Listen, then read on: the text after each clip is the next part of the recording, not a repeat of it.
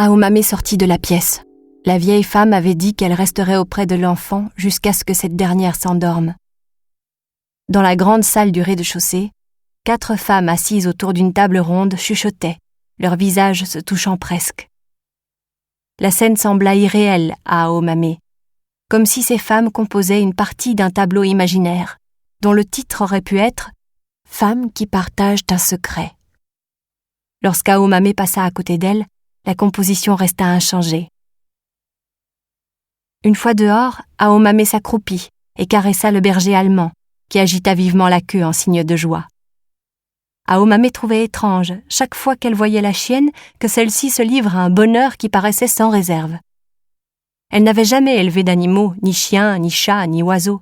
Elle n'avait même pas cherché à acheter une plante verte. Soudain, comme si la pensée lui revenait soudain à l'esprit, elle leva la tête vers le ciel. Mais il était couvert de nuages gris impénétrables, comme pour suggérer la venue de la saison des pluies. Les contours lunaires n'étaient pas discernables. La nuit était paisible. Il n'y avait pas de vent. Aomame devinait les clartés lunaires qui filtraient légèrement à travers les nuages, sans pouvoir distinguer le nombre des astres. En marchant jusqu'à la station du métro, Aomame médita sur la bizarrerie du monde. Si nous n'étions rien de plus que des convoyeurs de gènes, comme l'avait dit la vieille femme, pourquoi un si grand nombre d'hommes devaient-ils mener une vie aussi incroyable? Est-ce que l'objectif des gènes, à savoir la transmission de l'ADN, ne serait pas pleinement atteint si nous nous efforcions simplement de nous maintenir en vie et de nous reproduire, sans nous repaître de pensées inutiles? Quel avantage retirent les gènes que tant d'hommes mènent une existence compliquée, bancale, voire extravagante?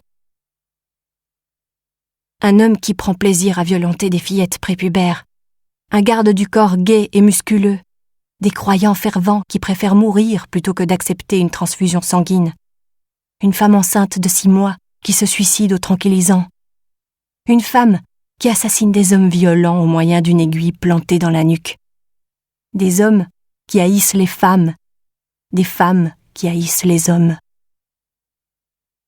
Quel intérêt pour les gènes que des hommes de ce genre existent? Les gènes se servent-ils de ces épisodes biscornus comme d'un simple divertissement, ou bien dans une intention particulière? Aomame l'ignorait. Ce qu'elle savait pourtant, c'est qu'elle n'avait pas le choix d'une autre vie. De toute manière, se disait-elle, je ne peux que vivre cette vie. Je ne peux la renvoyer ni la changer pour une nouvelle. Si étrange soit-elle, si tordue soit-elle, cette vie qu'empruntent mes gènes, c'est la mienne. Comme ce serait bien si la vieille femme et Tsubasa pouvaient trouver le bonheur, se disait Aomame en marchant. Si elles finissaient par être heureuses toutes les deux, cela me serait égal de me sacrifier pour cela. Moi, je n'ai aucun avenir qui vaille la peine d'être mentionné. Mais, pour être honnête, Aomame ne croyait pas qu'elle pourrait mener une vie heureuse et satisfaisante, ou à tout le moins une vie ordinaire. Nous sommes plus ou moins de la même espèce, se disait-elle. Nous avons traversé des épreuves trop dures. La vieille femme a raison, nous sommes comme une famille, une grande famille qui mène un combat sans fin. Ce que nous avons en commun, ce sont nos profondes blessures psychologiques et nos manques. Alors qu'Aomame songeait à tout cela, un violent désir sexuel monta en elle. Comment diable, à un moment pareil, puis-je avoir envie d'un homme? Se disait-elle en secouant la tête. Son exaltation sexuelle résultait-elle d'une tension mentale? Ou bien était-ce le cri naturel que poussaient ses ovules qui se trouvaient en réserve en elle? Ou encore était-ce une ruse de ses gènes pervertis? Aomame n'était pas en mesure de le savoir. Ce désir semblait cependant puissant. S'il s'était agi d'Ayumi, sûrement l'aurait-elle exprimé ainsi. « Je crève d'envie de baiser !» « Qu'est-ce que je fais ?» se demandait Aomame, plongée dans ses réflexions. « Je pourrais aller dans mon bar habituel et chercher un homme qui me convient. Par le métro, Roppongi n'est qu'à une station. » Mais elle était trop fatiguée. Et puis elle n'était pas dans la tenue pour inviter un homme à une aventure. Elle n'était pas maquillée, elle était en basket, avec son sac de sport en plastique. Une fois rentrée chez elle, elle ouvrirait une bouteille de rouge, elle se masturberait et elle s'endormirait. C'était ce qu'elle avait de mieux à faire. Et puis, elle cesserait de penser à la lune. Justement, l'homme qui était assis en face d'Aomame, de Hiroo Hajiugaoka, était à son goût à première vue. 45 ans environ, un visage ovale, un front qui commençait à se dégarnir. La forme de sa tête n'était pas déplaisante, des joues au teint vif, des lunettes élégantes, à la monture noire et fine, des vêtements de bon goût, une veste d'été en coton léger, un polo blanc et un porte-documents en cuir posé sur les genoux, des mocassins marrons. Apparemment, il travaillait dans une société, mais sans doute pas dans une entreprise aux règlements trop stricts. Peut-être rédacteur dans une maison d'édition, ou architecte dans une petite agence, ou un métier en rapport avec les vêtements. Il était complètement absorbé dans la lecture d'un livre de poche. Aomame serait volontiers allée quelque part avec cet homme. Ils auraient fait l'amour violemment. Elle s'imaginait agripper son pénis durci. Elle le serrerait très fort au point de bloquer la circulation du sang, et de l'autre main, elle lui masserait doucement les testicules. Elle en avait comme des démangeaisons dans les mains, posées sur ses genoux. Ses doigts s'ouvraient ou se refermaient à son insu. Elle respirait plus vite, ses épaules montaient et redescendaient. Elle se léchait lentement les lèvres du bout de la langue. Mais il fallait qu'elle descende à Hajiugaoka. L'homme, ignorant qu'il était l'objet de son fantasme érotique, était assis à sa place, se rendant elle ne savait où, toujours plongé dans son livre de poche. On aurait dit qu'il n'avait même pas remarqué la femme qui avait voyagé en face de lui. Au moment de descendre, Aomame eut l'envie irrésistible de lui arracher son livre absurde. Bien sûr, elle se contrôla. À 1h du matin, Aomame dormait profondément dans son lit. Elle faisait un rêve sexuel. Dans son rêve, elle avait de beaux seins dont la forme et la taille étaient semblables à des pamplemousses. Ses mamelons étaient grands et durs. Elle pressait avec force ses seins contre le bas-ventre d'un homme. Elle dormait, nue, les jambes écartées, ses vêtements jetés au sol. Ce dont n'avait pas connaissance Aomame endormie, c'était que, dans le ciel, à ce moment-là aussi, brillaient 2 lunes. À côté de la grande lune de toujours, se tenait l'autre, la petite nouvelle. Tsubasa et la vieille femme dormaient dans la même chambre. Tsubasa, dans son pyjama neuf à carreaux, était toute recroquevillée dans son lit. La vieille femme, qui avait gardé ses vêtements, était allongée sur une chaise longue. Elle avait posé une couverture sur ses genoux. Elle avait eu l'intention de se retirer une fois Tsubasa endormi, mais avait fini par sombrer dans le sommeil. Les alentours de la maison, situés sur une hauteur un peu à l'écart, étaient déserts et silencieux. On entendait parfois les bruits aigus des pots d'échappement des motos qui accéléraient dans les rues au loin, ou les sirènes des ambulances. Le berger allemand, tapi devant la porte du vestibule, dormait lui aussi. Les rideaux des fenêtres étaient tirés, mais la clarté des lampes à vapeur de mercure les teintait de blanc. Les nuages commençaient à se déchirer et laissaient de temps en temps apparaître dans leurs intervalles l'alignement des 2 lunes. Les mers du monde réglaient sur elles le flux de leurs marées. Tsubasa avait la bouche entr'ouverte, une joue collée contre l'oreiller. Sa respiration était paisible, son corps ne bougeait presque pas. De temps en temps, ses épaules tremblaient légèrement, ses cheveux recouvraient ses yeux. Puis, sa bouche s'ouvrit lentement, et de là sortirent, l'un après l'autre, des Little People. Ils se manifestèrent en examinant la place prudemment, un, puis un autre. Si la vieille femme avait été éveillée, elle les aurait vus, bien sûr. Mais elle était profondément endormie. Elle ne s'éveillerait pas de sitôt. Les Little People le savaient. Au total, il y eut 5 Little People. Au moment où ils émergèrent de la bouche de Tsubasa, ils étaient à peu près de la taille de son petit doigt. Mais dès qu'ils eurent fini de sortir, ils se tortillèrent dans tous les sens, un peu comme quand on déploie des ustensiles pliables, et atteignirent une 30aine de centimètres. Tous étaient vêtus de la même façon, sans rien de marquant. Les traits de leur visage non plus ne présentaient rien de particulier, il était impossible de les distinguer les uns des autres. Ils sautèrent doucement du lit jusqu'au sol et tirèrent de sous le lit un objet de la taille d'une grosse brioche. Ils firent ensuite cercle autour et se mirent fébrilement à le manier. C'était un objet blanc très flexible.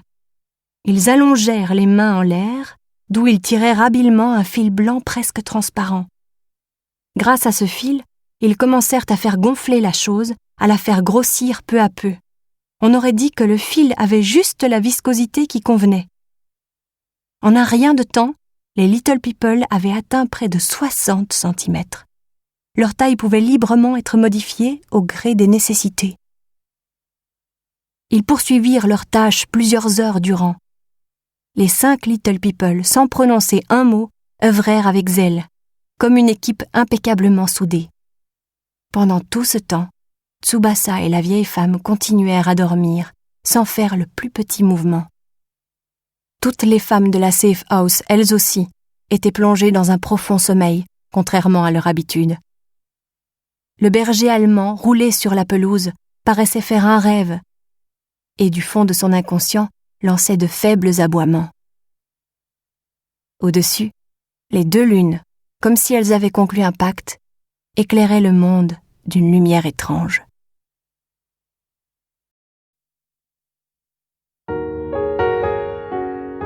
Chapitre 20. Pauvre Gilliac.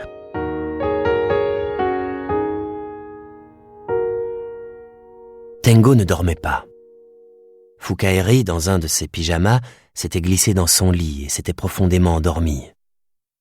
Tengo avait installé de quoi dormir sur le petit canapé. Il lui arrivait souvent de faire la sieste dessus. Cela ne le dérangeait donc pas vraiment. Pourtant, comme il n'avait pas sommeil, il s'était mis à la table de la cuisine et travaillait à son roman. La machine à traitement de texte étant dans la chambre, il écrivait au stylo-bille sur un cahier. Cela non plus ne le gênait pas.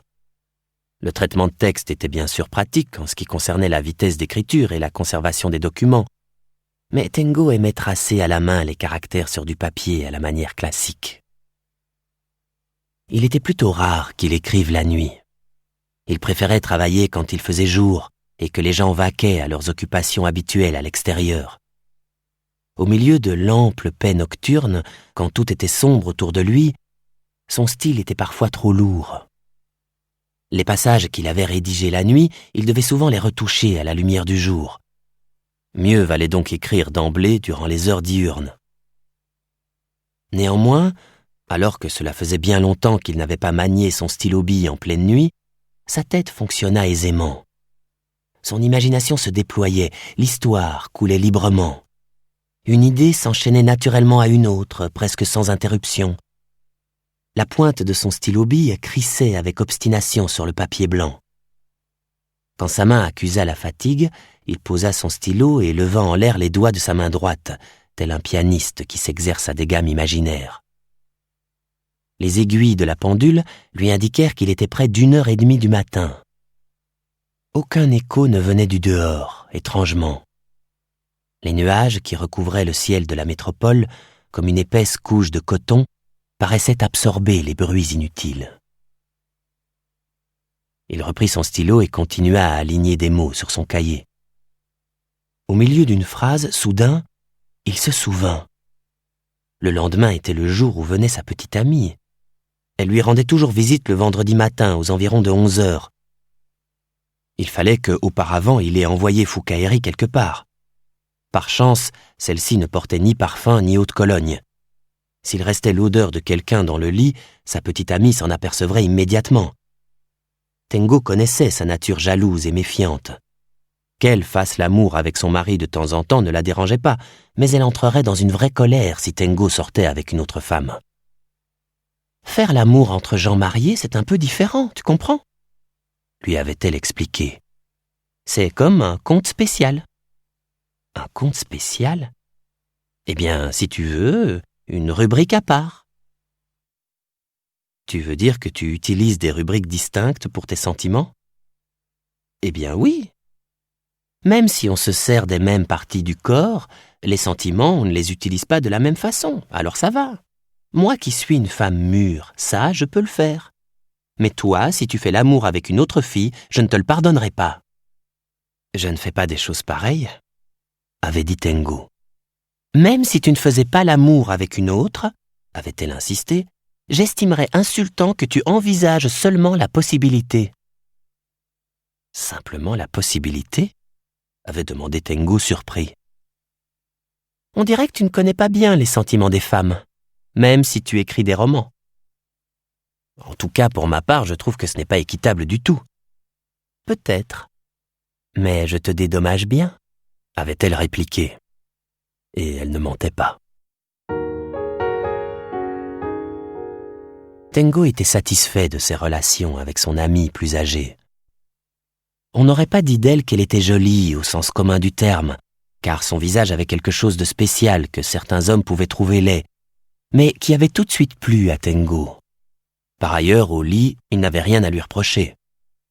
Elle, de son côté, n'avait pas beaucoup d'exigences, si ce n'est une fois par semaine de passer avec lui entre 3 et 4 heures durant lesquelles il faisait l'amour. Quelquefois, quand c'était possible, 2 fois, et qu'il garde ses distances vis-à-vis des autres femmes. Au fond, c'était tout ce qu'elle lui réclamait. Elle tenait à son foyer et n'avait pas l'intention de le détruire pour Tengo. Simplement, les relations sexuelles avec son mari ne la satisfaisaient pas pleinement.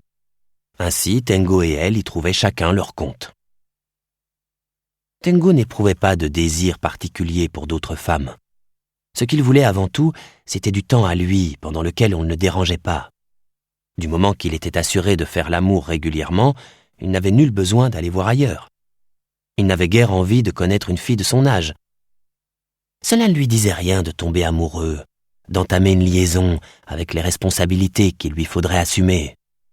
Les étapes psychologiques par lesquelles il devrait passer au cours de cette liaison, les signes même de son éventualité, les attentes et les conflits qui ne manqueraient pas de se produire à ce propos, cette série d'embêtements, il faisait tout pour les éviter. L'idée même du devoir avait toujours effrayé Tengo. Cela le poussait à reculer. Jusque-là, il s'était habilement arrangé pour éviter toute obligation. Il vivait seul, libre et tranquille, sans s'impliquer dans la complexité des relations humaines, sans être lié par des règles, sans être l'obligé de quelqu'un, ni, à l'inverse, sans que quiconque soit son obligé. Il était resté fidèle à ce principe et s'était préparé à en supporter les inconvénients. Très tôt dans sa vie, Tengo avait mis au point une méthode pour ne pas se faire remarquer, et ce, afin de fuir toute obligation. Il s'efforçait d'atténuer sa personnalité, de ne pas exposer ses opinions, s'arrangeant pour ne pas se distinguer et rester en arrière-plan.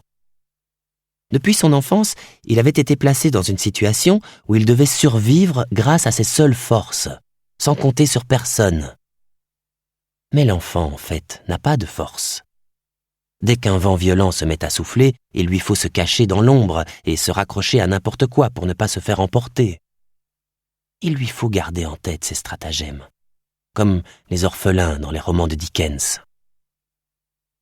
La vie de Tengo, jusqu'à présent, s'était à peu près bien déroulée. Il avait obstinément esquivé les obligations de toutes sortes.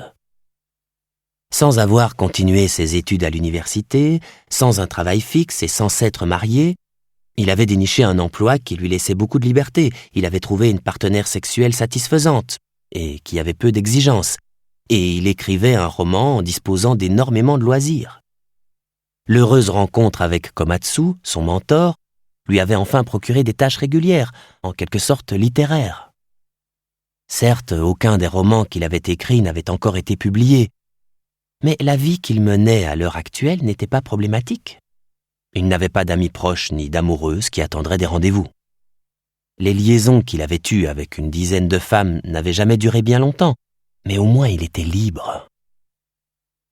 Pourtant, depuis qu'il avait eu la chrysalide de l'air entre les mains, il lui semblait que son quotidien tellement plat s'était comme fissuré quelque part. D'abord, Komatsu l'avait entraîné presque de force dans son projet dangereux, puis cette jolie jeune fille lui avait étrangement ébranlé le cœur d'une manière très particulière.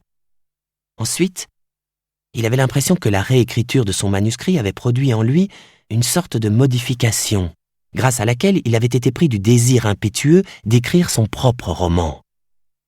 C'était là bien sûr une modification positive, En même temps, il était de fait que, sur la vie idéale qu'il avait réussi à conserver jusque-là, planaient des changements imminents.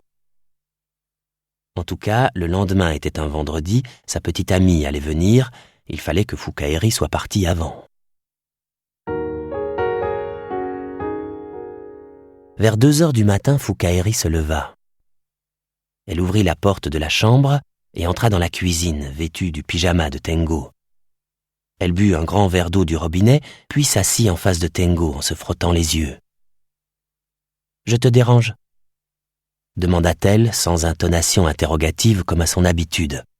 « Non, non, tu ne me gênes pas. »« Tu écris quoi ?» Tengo referma son cahier et posa son stylo bille. « Rien d'important, » répondit-il. « D'ailleurs, j'avais l'intention de m'arrêter bientôt. »« Ça va, on est ensemble un moment. »« Pas de problème. Je bois un peu de vin. As-tu envie de quelque chose ?» La jeune fille secoua la tête. Cela signifiait qu'elle ne désirait rien. « Je voudrais rester un peu ici. »« Oui, d'accord. Moi non plus, je n'ai pas encore sommeil. » Comme le pyjama de Tengo était trop grand pour elle, elle l'avait largement replié aux bras et aux jambes. Lorsqu'elle se penchait, le renflement de ses seins se devinait dans l'encolure. À la voir dans son pyjama, Tengo, bizarrement, se sentit un peu oppressé. Il ouvrit le réfrigérateur et versa dans un verre ce qui restait de vin au fond d'une bouteille. « Tu n'as pas faim ?» demanda-t-il. En revenant à l'appartement, il s'était arrêté en chemin et avait mangé des spaghettis dans un petit restaurant proche de la gare de Koenji. Le plat avait été peu consistant et pas mal de temps avait passé depuis. « Je peux te préparer un sandwich ou un petit truc simple. »« Pas faim. J'aime mieux tu me lis ce que tu as écrit. » Ce que je viens d'écrire ? Oui. Tengo reprit son stylo bille et le fit tourner entre ses doigts. Le stylo semblait terriblement minuscule dans sa grande main. Tant que ce n'est pas terminé et tout à fait au point, je ne montre mon manuscrit à personne. Ce serait un mauvais présage. Mauvais présage. Une superstition personnelle. Fukaeri observa Tengo un instant, puis elle resserra le col de son pyjama. Bon, alors tu lis un livre. Tu veux dire je te lis un livre et tu te recouches ? Oui. Le professeur et Bisounours t'a lu des livres bien souvent de cette façon ? Le maître reste toujours éveillé jusqu'à l'aube.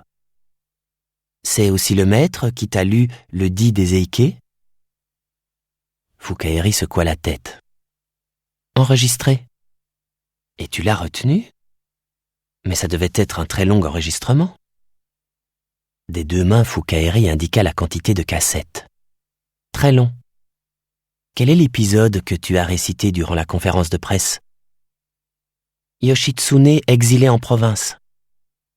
C'est le moment où, après l'effondrement du clan des Taira, Minamoto Yoshitsune quitte Kyoto, la vieille capitale, chassée par Yoritomo. C'est le début d'une lutte intestine au sein de la famille victorieuse. Oui. Quel autre passage pourrais-tu réciter ? Dis ce que tu veux entendre. Tengo essaya de se souvenir d'un épisode du Dit des Eike. Le récit était particulièrement long et les épisodes étaient innombrables. La bataille de Dan no Ura, dit-il sans trop réfléchir. Fukaeri se concentra en silence une vingtaine de secondes, puis elle commença sa récitation.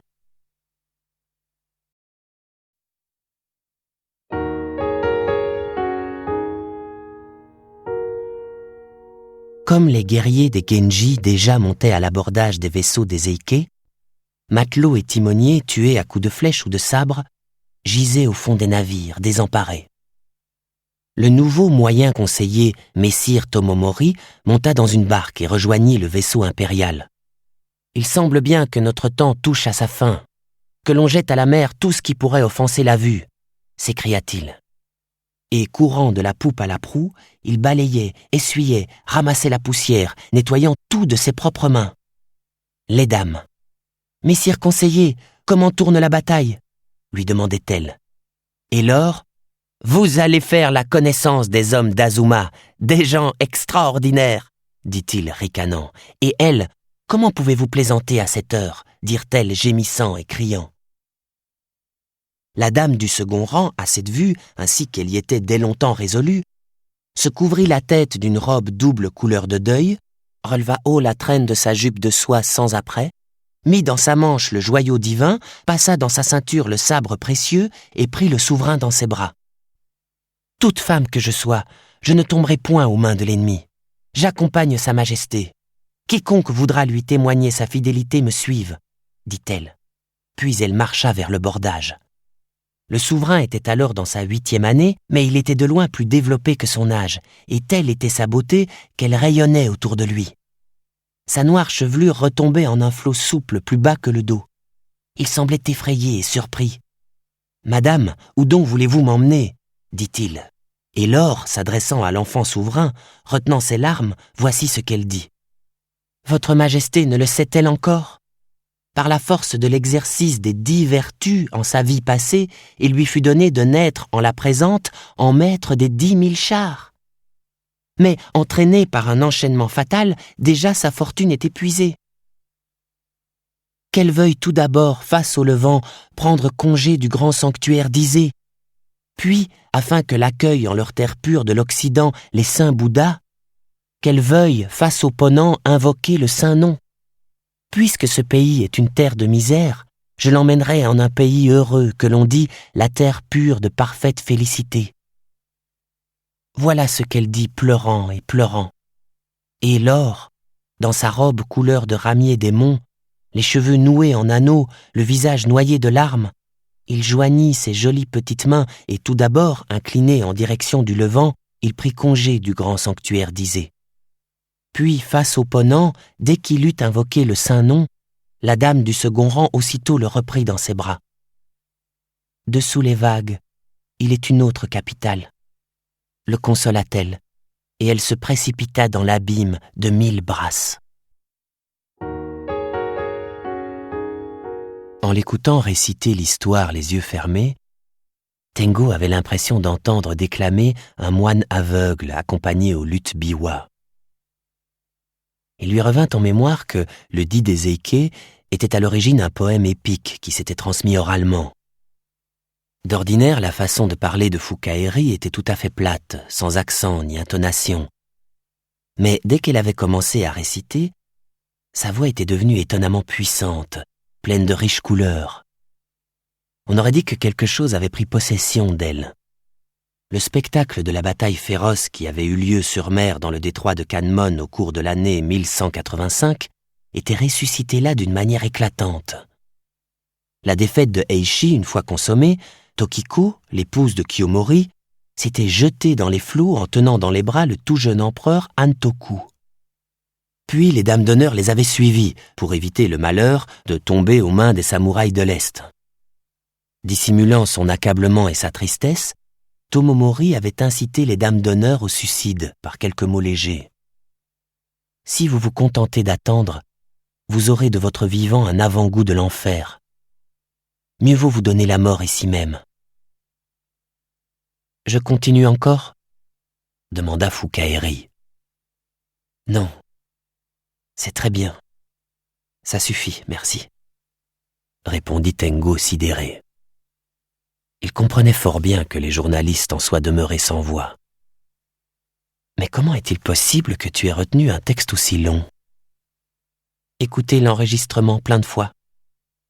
Un homme ordinaire n'aurait jamais pu s'en souvenir, même en ayant écouté 1000 fois les cassettes, répondit Tengo. Puis il eut une pensée soudaine. La jeune fille n'aurait-elle pas développé une capacité extraordinaire de mémorisation auditive en raison de sa dyslexie ? Comme les enfants atteints de syndrome savant qui sont aptes à retenir instantanément des quantités prodigieuses d'informations visuelles. Je voudrais que tu lises un livre. Qu'est-ce qui te plairait ? Tu as parlé d'un livre avec le maître. Il y a Big Brother dedans. Ah, 1984. Oui, mais je ne l'ai pas ici. C'est quoi l'histoire ? Je l'ai lu il y a bien longtemps à la bibliothèque de l'école. Et je ne me rappelle pas bien les détails. En tout cas, au moment où le livre a été publié, en 1949, 1984 était un futur lointain. cette année. Oui, nous sommes justement en 1984. Le futur aussi devient une réalité, et puis aussitôt il se transforme en passé. George Orwell, dans ce roman, décrit une société future très sombre, sous le joug du totalitarisme, rigoureusement contrôlée par un dictateur, Big Brother. La moindre information est soumise à la censure. L'histoire est sans cesse réécrite. Le héros travaille dans un ministère. Sa tâche consiste à remplacer les mots, à choisir les nouveaux termes qui conviennent. Du fait qu'une nouvelle histoire est fabriquée, l'histoire ancienne doit être entièrement annulée. Comme la langue doit changer, la signification des mots en vigueur jusque-là change aussi. L'histoire ne cesse d'être réécrite, si bien que plus personne, en fin de compte, ne parvient à savoir ce qui est vrai. Plus personne ne sait qui est l'ennemi, qui est l'allié. Voilà de quoi parle ce livre. Réécrire l'histoire. Dépouiller l'histoire de sa vérité, c'est comme dépouiller quelqu'un d'une partie de sa personnalité, c'est un crime. Foukaeri médita cette question un instant. Notre mémoire est constituée par la réunion de la mémoire individuelle et de la mémoire collective, déclara Tengo. L'une et l'autre sont intimement imbriquées, et l'histoire appartient à la mémoire collective. Lorsqu'elle est dépouillée de sa vérité ou lorsqu'elle est réécrite, nous ne sommes plus en mesure de conserver notre personnalité légitime. Toi aussi tu réécris. Tengo but une gorgée de vin en riant. Moi, je me suis contenté de retoucher ton roman. Réécrire l'histoire, c'est totalement différent. Mais le livre de Big Brother n'est pas ici, demanda Foukaeri. Non, malheureusement. C'est pourquoi je ne peux pas te le lire. Un autre livre, ça va. Tengo se planta devant ses étagères et examina le dos de ses livres. Il en possédait peu, même s'il en avait lu beaucoup. Il n'aimait pas s'encombrer chez lui. Aussi, dès qu'il avait terminé un livre, à moins qu'il ne s'agisse d'un ouvrage spécial, il allait le porter chez un bouquiniste. Il achetait seulement les livres qu'il pouvait lire aussitôt. Ceux qui étaient importants, il les lisait très attentivement jusqu'à les garder en mémoire. Par ailleurs, il empruntait à la bibliothèque la plus proche les ouvrages dont il avait besoin. Il lui fallut du temps pour arrêter son choix. Il n'avait pas l'habitude de lire un livre à haute voix et ne parvenait pas à se décider sur le type d'ouvrage qui conviendrait à cet exercice. Après avoir longtemps hésité, il choisit L'île de Sakhaline, d'Anton Tchekhov. Il l'avait achevé la semaine précédente et avait mis des signets aux passages les plus intéressants. Il pourrait donc ne lui lire que ces extraits-là. Avant de se lancer, Tengo donna des explications sommaires à Foukaeri. Lorsque Tchekhov avait entrepris ce voyage à Sakhaline en 1890, il n'avait que 30 ans. Il appartenait à la génération qui suivait celle de Tolstoï et de Dostoïevski. C'était un jeune écrivain encore débutant, encensé par les critiques. Un citadin qui menait une existence très agréable dans la capitale, Moscou. Personne n'avait compris les vraies raisons pour lesquelles il avait décidé de partir seul pour une île aussi reculée et d'y faire un séjour prolongé. Sakhaline était un lieu dévolu principalement à la relégation. Pour tout homme normal, cette terre symbolisait le malheur et la misère. Et puis, à cette époque, le chemin de fer de Sibérie n'existait pas encore. Il avait dû parcourir plus de 4000 kilomètres en voiture à cheval, sous un froid extrême. Un calvaire pour son organisme déjà fragile à l'origine. Le livre, L'île de Sakhaline, fruit de son séjour de 8 mois dans cette région extrême orientale, avait finalement déconcerté la plupart de ses lecteurs. En effet, l'approche littéraire était limitée au minimum. L'ouvrage se rapprochait davantage d'un rapport pratique ou d'une description topographique. Tout le monde s'interrogeait. Pourquoi Tchekhov, à cette période de la vie tellement importante pour un écrivain, avait-il entrepris une tâche aussi inutile et aussi insensée? Certains critiques allèrent jusqu'à affirmer qu'il avait juste cherché à se faire mousser avec des préoccupations sociales. Ou bien on supposa qu'il ne parvenait plus à écrire et qu'il avait besoin de matériaux pour son inspiration. Sur une carte incluse dans le livre, Tengo montra à Foukaeri où se trouvait Sakhaline. « Pourquoi Tchekhov est allé à Sakhaline ?» demanda Foukaeri. « Tu veux dire quel est mon sentiment à ce sujet ? Oui, tu as lu le livre. Oui, je l'ai lu. Tu penses quoi? Il se peut que Tchekhov lui-même n'ait pas su quelles étaient ses motivations exactes, répondit Tengo. Après tout, peut-être avait-il eu juste envie d'y aller, rien de plus. Il en avait eu brusquement le désir après avoir regardé la forme de l'île de Sakhaline sur une carte. Moi aussi, ça m'est arrivé, avoir envie coûte que coûte d'aller ici ou là en observant une carte. Et je ne sais trop pourquoi, mais en général, c'était des endroits très lointains, pas faciles à atteindre. Il arrive qu'on ait absolument envie de savoir ce que sont les paysages là-bas et de savoir ce qui s'y passe. C'est un peu comme la rougeole, une passion ou une maladie de jeunesse. De la curiosité pure, une inspiration qu'on ne peut expliquer. Mais à l'époque de Tchekhov, le voyage de Moscou à Sakhaline était une torture inimaginable, et je ne pense pas que dans son cas, son seul motif pour l'entreprendre ait été la curiosité. Alors ? Tchekhov était un romancier, mais aussi un médecin. Il se peut donc qu'il ait voulu, en tant que scientifique, observer de ses yeux les parties souffrantes de l'immense pays qu'était la Russie. Tchekhov se sentait mal à l'aise d'être un citadin et un écrivain fêté. Il en avait assez de l'atmosphère du monde littéraire de Moscou, où toutes les occasions étaient bonnes pour se mettre en travers du chemin des autres. Par ailleurs, le snobisme de ses pairs, les gens de lettres, ne lui convenait pas. Il n'éprouvait que de l'aversion vis-à-vis des critiques hypocrites. Le voyage à Sakhaline, c'était peut-être une sorte de pèlerinage qui avait pour but de le purifier de toute cette saleté littéraire. Et puis l'île de Sakhaline lui en imposait sous de multiples aspects. C'est pourquoi, justement, il n'a pas fait œuvre littéraire à partir des matériaux que son voyage lui a fournis. Ça aurait été une démarche bien trop superficielle que d'en faire simplement un roman. Et aussi, Sakhaline, cette zone malade, l'a pour ainsi dire infectée, il l'a faite sienne. Peut-être a-t-il trouvé là-bas précisément ce qu'il recherchait. « Le livre est intéressant ?» demanda Foukaïri. Moi, je l'ai lu avec intérêt. Il a accumulé des chiffres, systématiquement, et des statistiques, et, comme je te l'ai déjà dit, il n'y a presque pas d'éléments littéraires. C'est son côté scientifique que Tchekhov a mis en avant. Mais moi, j'ai pu y lire la détermination et l'énergie de l'homme. Et puis, mêlé à ses rapports objectifs et dépouillés, il y a ici ou là des observations de personnages et des descriptions de paysages tout à fait impressionnantes. C'est un ouvrage surtout documentaire, qui n'expose presque que des faits, mais c'est intéressant. Il y a parfois des passages vraiment réussis, notamment quand il parle des Gilyak. Les Gilyak ?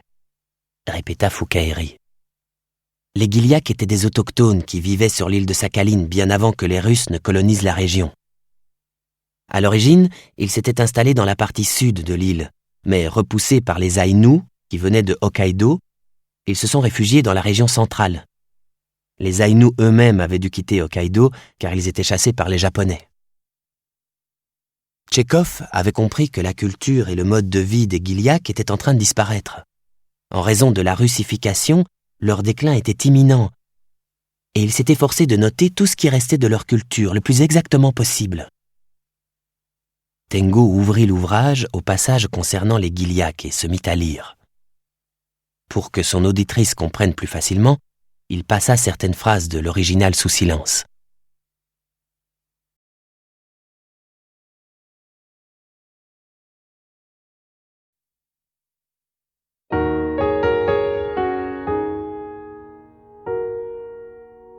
Le corps du Gilyak est robuste et trapu. Il est de taille moyenne, petite même. Une taille trop élancée le gênerait dans la taïga. Son ossature est forte et se distingue par la proportion volumineuse de toutes les apophyses, crêtes et éminences où s'insèrent les muscles, ce qui suppose une musculature très développée et vigoureuse, faite pour livrer contre la nature une lutte incessante. Il est sec et nerveux, dépourvu de téguments adipeux. On ne voit jamais de Gilyak gras ou obèse. Selon toute apparence, il brûle toutes les graisses pour produire les grandes quantités de chaleur dont le corps d'un sakhalinien a besoin afin de compenser les pertes provoquées par les basses températures et l'humidité excessive. Et l'on comprend alors pourquoi sa nourriture est si grasse. Chair de phoque, de saumon, graisse d'esturgeon et de baleine, viande saignante, tout cela en grande quantité, à l'état cru, sec et souvent gelé. Parce qu'ils mangent une nourriture grossière, les points d'insertion des muscles masticateurs sont extraordinairement développés et ses dents s'usent beaucoup.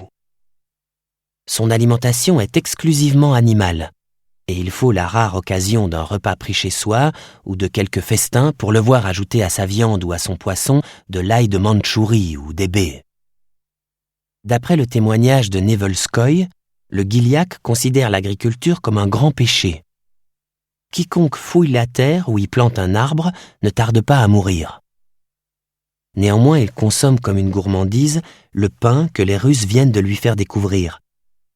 Et il n'est plus rare d'en rencontrer à Alexandrovsk ou à Rikovskoye qui portent une miche de pain sous le bras.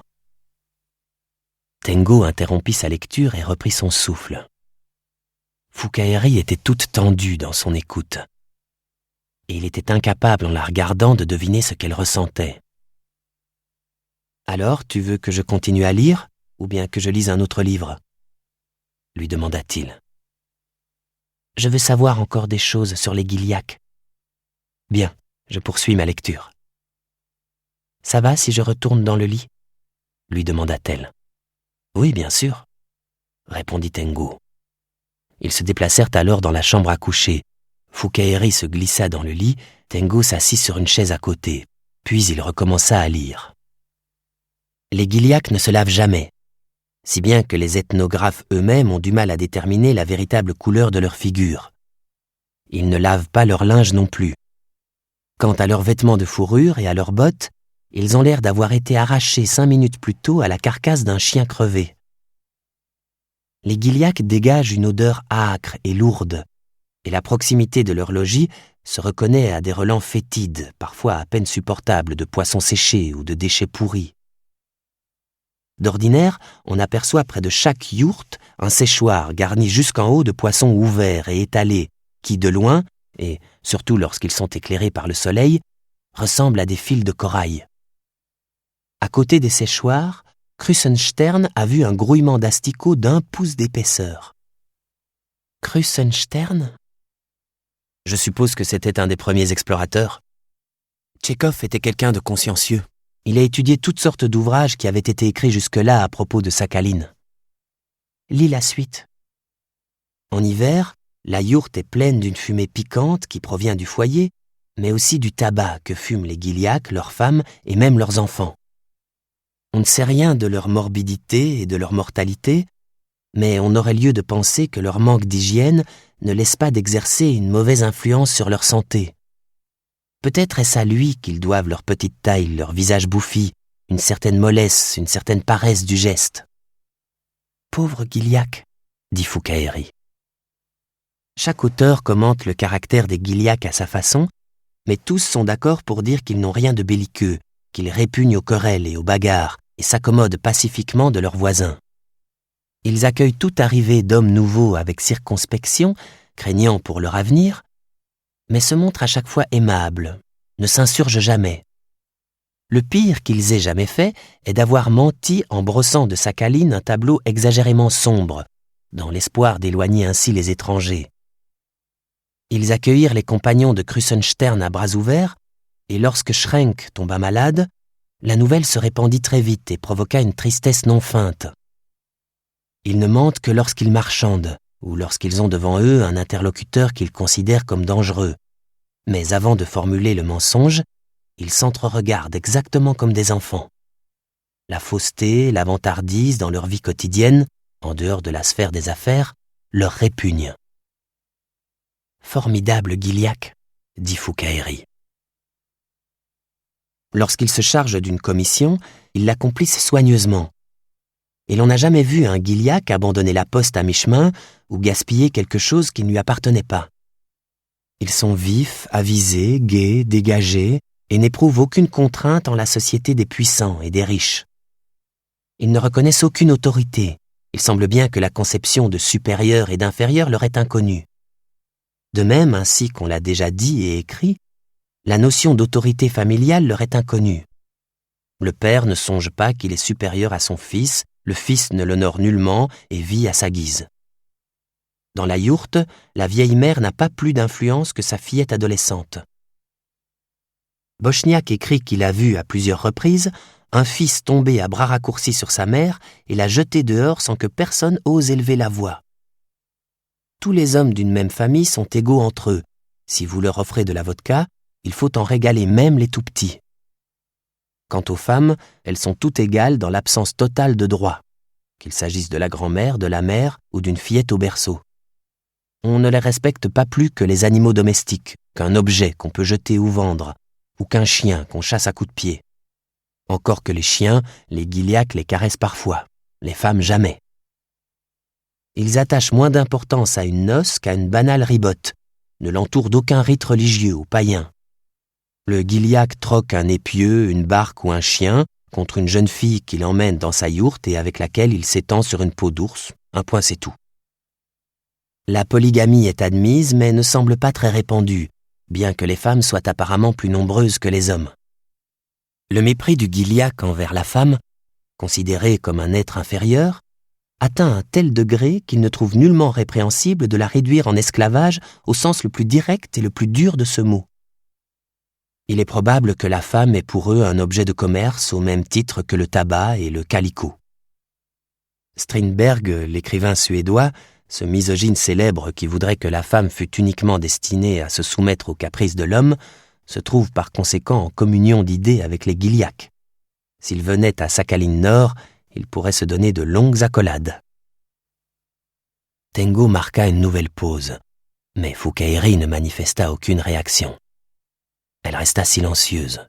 Tengo poursuivit. Ils ne possèdent pas de tribunal et ne savent pas ce que signifie le mot justice. On peut évaluer leur difficulté à nous comprendre par le fait qu'ils n'ont pas tout à fait saisi à quoi sont destinées les routes. Même lorsqu'elles existent, ils continuent à voyager à travers la taïga. On les voit souvent aller en file indienne suivis de leur famille et de leurs chiens le long d'un marécage tout près de l'une d'elles. Foukaïri avait fermé les yeux. Son souffle était tout à fait paisible. Tengo observa son visage un moment, mais il ne pouvait savoir si elle s'était endormie ou pas. Il feuilleta son livre et reprit sa lecture à haute voix. Si elle s'était endormie, elle n'en dormirait que mieux. Et lui aussi avait plaisir à lire le texte de Tchekhov ainsi. Il y avait autrefois, à l'embouchure de la Naïbou, un poste nommé Naïbouchi. Il fut fondé en 1866. Mitsoul y a trouvé 18 édifices, habitables ou non, une chapelle et un magasin à vivres. Un journaliste qui visita Naïbouchi en 1871 écrit qu'il y avait 20 soldats commandés par un élève officier. Dans l'une des isbas, une grande et belle femme de soldat lui offrit des œufs frais et du pain noir, se loua de la vie qu'elle menait, et ne se plaignit que de la cherté du sucre. Les maisons ont disparu sans laisser de traces, et la belle et grande femme de soldat, lorsqu'on contemple le désert qui vous entoure, apparaît comme un mythe. La seule maison en construction est un logement de surveillant ou un relais, c'est tout. La mer est froide, trouble. Elle mugit, et ses hautes lames blanches se brisent sur le sable et semblent vouloir dire « Seigneur, pourquoi nous as-tu créés ?» C'est déjà le grand océan, l'océan Pacifique. Sur cette rive de la Naïbou, on entend résonner les haches des forçats occupés au chantier. L'autre rive, lointaine, imaginaire, c'est l'Amérique. À gauche, à travers la brume, on aperçoit les caps de Sakhaline. À droite, ce sont d'autres caps. Alentour, nulle âme qui vive. Pas un oiseau, pas une mouche.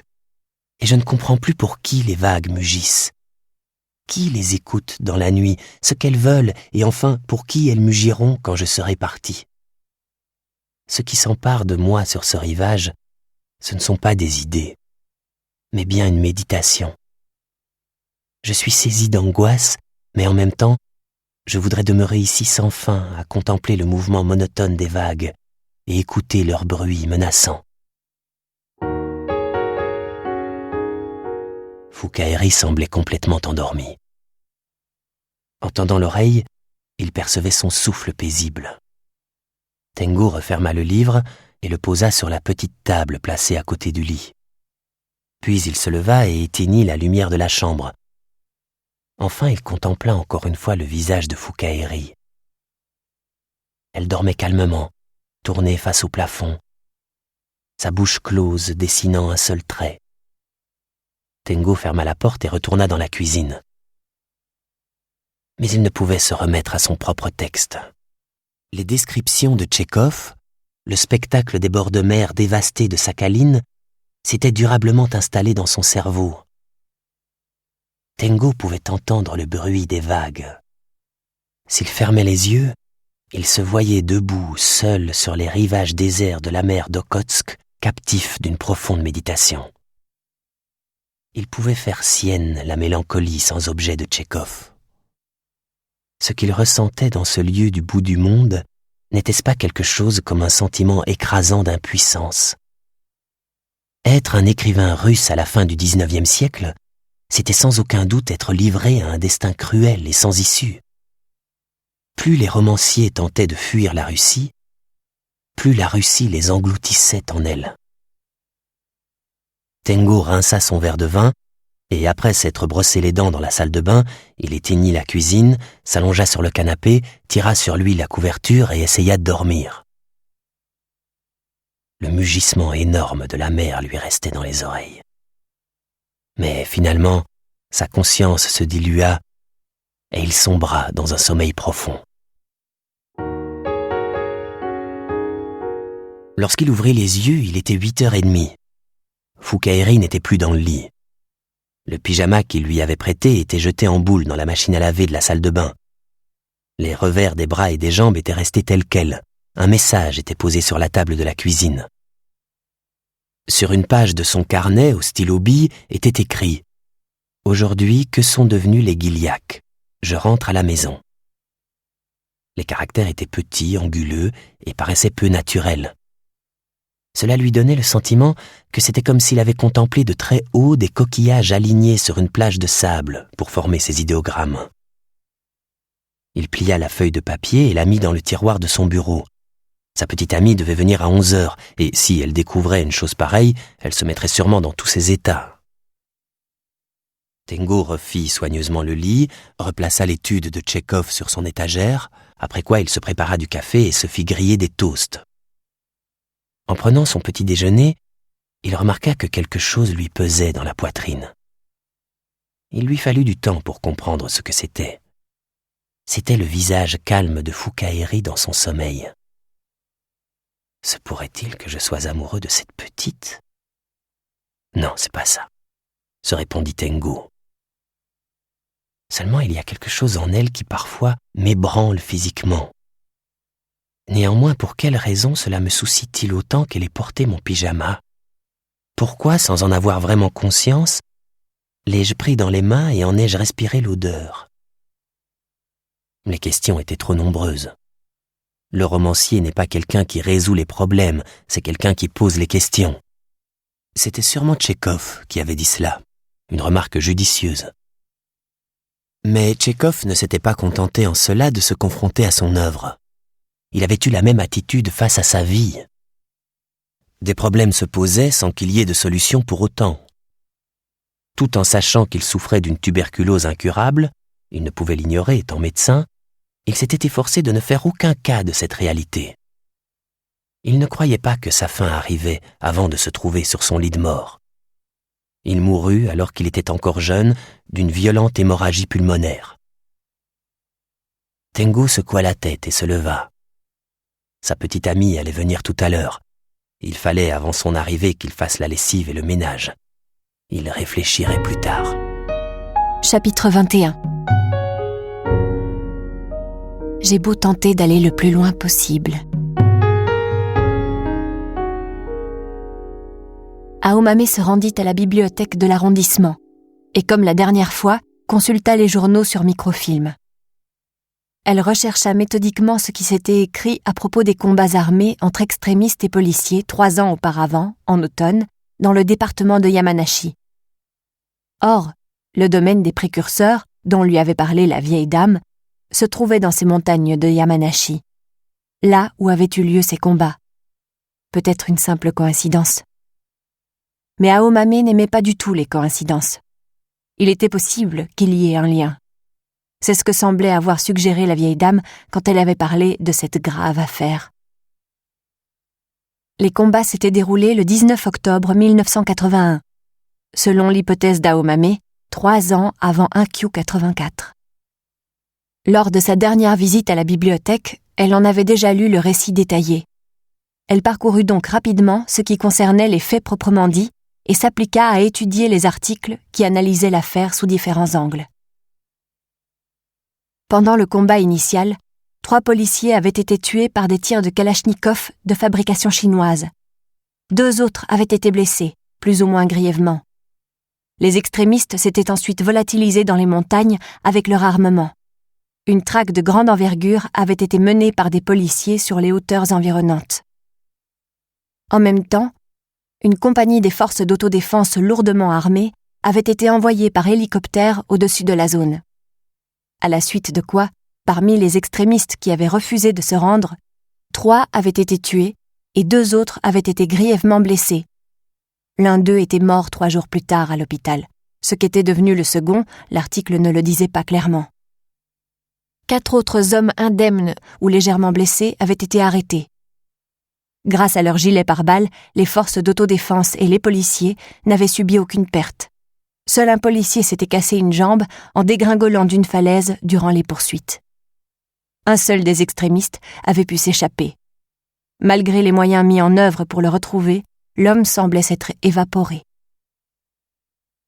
Une fois le choc des combats un peu retombé, les journaux commencèrent à décrire longuement la formation du groupe extrémiste.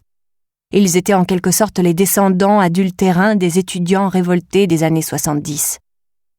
Plus de la moitié d'entre eux avaient participé à l'occupation de l'amphithéâtre Yasuda de l'université de Tokyo ou de l'université Nihon. Délogés de leur bastion par les gardes mobiles, ils s'étaient rendus et avaient été exclus de l'université. Une partie des enseignants et certains étudiants étaient conscients que faire des campus universitaires le cœur du mouvement politique urbain aboutissait à une impasse. Ils se regroupèrent alors, au-delà des factions, et mirent sur pied une communauté de type agraire dans le département de Yamanashi. Ils avaient d'abord rejoint le cours Takashima, qui regroupait également des communautés agricoles. Insatisfaits de cette vie, ils s'étaient réorganisés et avaient repris leur autonomie. Ils avaient acquis à peu de frais un village abandonné au plus profond de la montagne et ils s'étaient lancés dans le travail des champs. Les débuts furent difficiles, semble-t-il, mais bientôt, les citadins se prirent d'engouement pour leurs produits biologiques. Les livraisons de légumes devinrent un véritable business. Portés par ce courant favorable, ils purent développer leurs fermes. Il est vrai que ces hommes travaillaient dur, qu'ils étaient bien organisés et bien dirigés. Le nom de cette communauté, c'étaient les précurseurs. Aomame grimaça fortement et ravala sa salive, une déglutition bruyante au fond de sa gorge. Puis elle poursuivit sa lecture en tapotant la table avec son stylo-bille. Néanmoins, en même temps que leurs affaires se stabilisaient, des divergences apparurent peu à peu dans la communauté. Le groupe se scinda en 2 grands courants. D'un côté, la faction armée radicale, nourrie de marxisme, qui prenait toujours la guérilla révolutionnaire. De l'autre, la faction communautaire, relativement modérée, qui admettait que la révolution violente n'était pas une option réaliste dans le Japon moderne. Ces modérés refusaient malgré tout l'esprit du capitalisme et voulaient vivre naturellement grâce à la terre.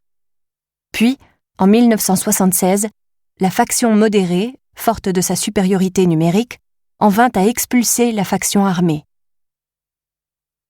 Cela ne signifiait pas pour autant que les précurseurs avaient usé de la force pour chasser les radicaux. Selon les journaux, ils les prièrent de se retirer en paix et leur fournir de nouvelles terres ainsi que le capital nécessaire. Les radicaux acceptèrent ces conditions et fondèrent leur propre communauté, l'Aube.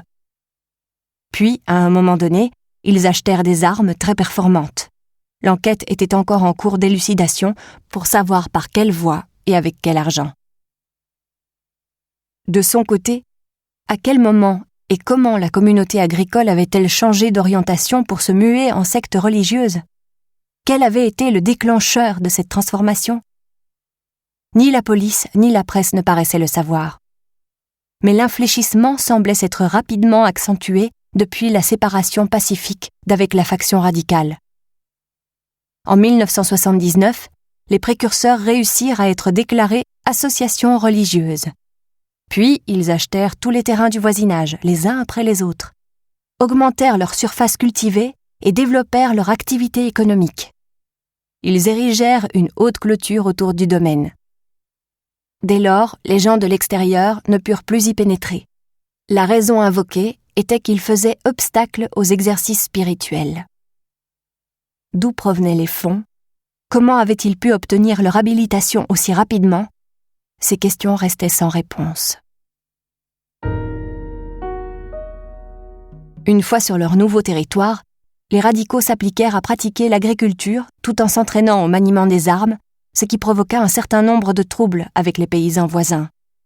En particulier, éclata bientôt une querelle à propos du droit d'utilisation d'une petite rivière qui coulait sur les terrains de l'Aube. Le cours d'eau avait toujours été utilisé comme source commune d'irrigation, mais l'Aube en refusa l'accès aux habitants du voisinage. Le litige se poursuivit plusieurs années durant et un jour dégénéra. Venus se plaindre face aux barbelés, des habitants furent sévèrement molestés par des membres de l'Aube. La police départementale de Yamanashi établit un mandat d'arrêt pour voie de fait avec coups et blessures, envoya des hommes à l'Aube. Là, à la surprise des policiers, une fusillade éclata. Après ce violent échange de tirs dans les montagnes qui entraîna la dissolution de l'Aube, les précurseurs ne tardèrent pas à faire une déclaration publique. Un jeune et élégant porte-parole, en costume de businessman, lut un communiqué devant un certain nombre de journalistes. L'argumentaire était précis. Malgré leur passé commun, il n'y avait actuellement plus aucun lien entre l'Aube et les précurseurs. Après leur scission, sauf pour des raisons professionnelles, les allées et venues entre les communautés avaient pratiquement cessé. Les précurseurs formaient une communauté agricole qui aspirait à un monde spirituel paisible en toute légalité, alors que les membres de l'Aube avaient cherché à promouvoir une pensée révolutionnaire radicale. En conséquence de quoi, aucune action commune n'avait plus été possible. Ils avaient donc rompu d'un commun accord. Les précurseurs avaient ensuite obtenu le statut d'association religieuse. Ils regrettaient cet incident sanglant et désiraient exprimer leurs condoléances attristées aux familles des policiers tués dans l'accomplissement de leurs devoirs. Les précurseurs n'avaient d'aucune façon participé à l'incident. Même s'il était difficile de démentir que l'Aube avait pris naissance chez les précurseurs, afin d'éviter toute méprise, l'association était prête à accueillir, si nécessaire, des enquêteurs mandatés par la justice. Notre association est légale, ouverte à la société, elle n'a rien à cacher. Dans la mesure de nos possibilités, nous satisferons à toute demande d'information ou d'explication nécessaire. Quelques jours plus tard, comme en réaction à cette déclaration, la police départementale pénétra sur les terres de l'association. Elle parcourut ces vastes domaines durant une journée entière, se livrant à une inspection minutieuse de tous les corps de bâtiments et des diverses sortes de documents. Plusieurs cadres furent auditionnés. Bien que les deux groupes se soient officiellement séparés, les échanges s'étaient poursuivis entre eux et les autorités en charge de l'enquête avaient des doutes. Les précurseurs n'auraient-ils pas, en sous-main, commandité l'action de l'Aube? Mais on ne découvrit aucune preuve pour étayer cette théorie. Au cœur d'un taillis, un sentier serpentait doucement jusqu'à des loges en bois, dispersées ici et là, où un grand nombre de fidèles, vêtus de simples habits de culte, s'adonnaient à la méditation et à des pratiques ascétiques. D'autres travaillaient au champ. Les outils agricoles et les machines étaient bien entretenus. La police ne découvrit rien qui s'apparentait à des armes, rien non plus qui suggérait la violence. Tout était propre et bien ordonné. Il y avait une jolie petite salle à manger, des logements et même un établissement hospitalier rudimentaire, mais bien aménagé. La bibliothèque à un étage abritait un grand nombre de sutras et d'ouvrages en rapport avec le bouddhisme. Des spécialistes travaillaient à des études et des traductions. L'impression générale était davantage celle d'un campus d'une petite université privée que d'un établissement religieux. Les policiers repartirent pratiquement bredouilles. Quelques jours plus tard, des journalistes de la presse écrite et de la télévision furent à leur tour conviés dans la communauté. Ils y découvrirent à peu près le même spectacle que les policiers.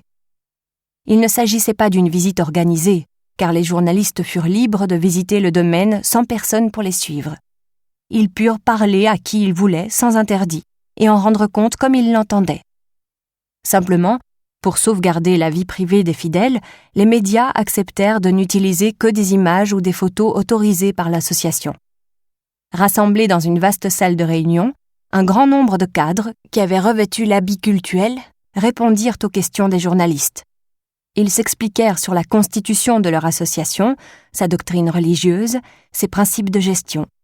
Ils parlaient courtoisement, avec sincérité, sans faire de prosélytisme, travers qu'on retrouve fréquemment dans les associations religieuses. Ces hommes n'avaient pas vraiment l'air de cadres d'une secte religieuse. On aurait plutôt dit des publicitaires de haut vol qui connaissaient à fond leur argumentaire. Seuls leurs vêtements étaient différents.